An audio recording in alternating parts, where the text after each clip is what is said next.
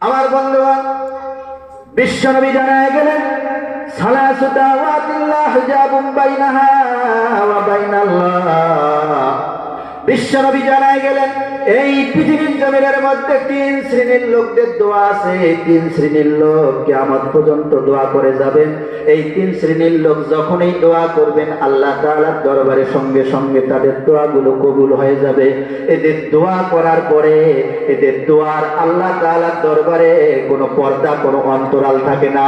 অর্থাৎ যখনই তারা দোয়া করবে সঙ্গে সঙ্গে দোয়াগুলো সরাসরি আল্লাহর আরশ পর্যন্ত পৌঁছে যায়, অর্থাৎ কবুল হয়ে যায়। জোরে জোরে বলেন সুবহানাল্লাহ। আমার ভাইজান, বিশ্বনবী বলেন এক শ্রেণীর লোক হলো দাওয়াতুল মুসাফির।